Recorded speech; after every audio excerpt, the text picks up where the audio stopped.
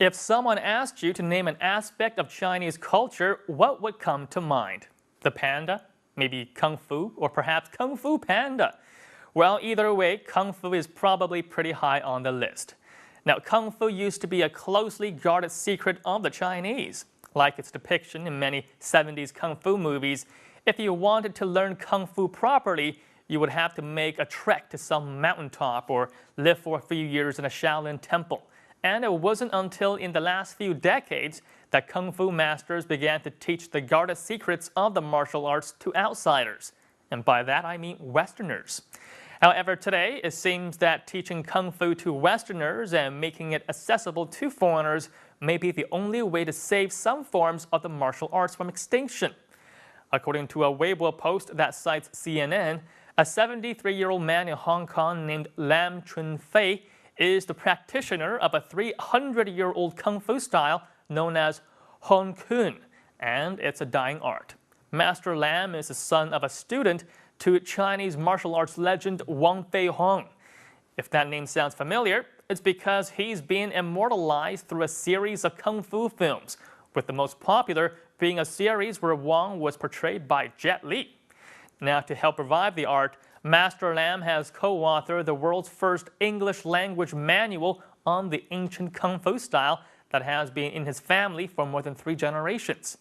But why are foreigners more enthusiastic about Chinese Kung Fu than the Chinese themselves? Well, Weibo users came up with their own theories. Now let's take a look at a few of them. Chinese people do not pay much attention to a lot of traditional culture. They take them for granted. Instead, Chinese people love foreign culture. What I find interesting is that there are a lot of martial arts schools in the U.S. A lot of children take up a form of martial arts as an after-school activity. In Hong Kong, there are also many martial arts schools, but not as many in the U.S. The Hong Kong schools are more about preserving culture as opposed to an after-school activity. There are many aspects of traditional Chinese culture that foreigners treasure, but we treat like trash.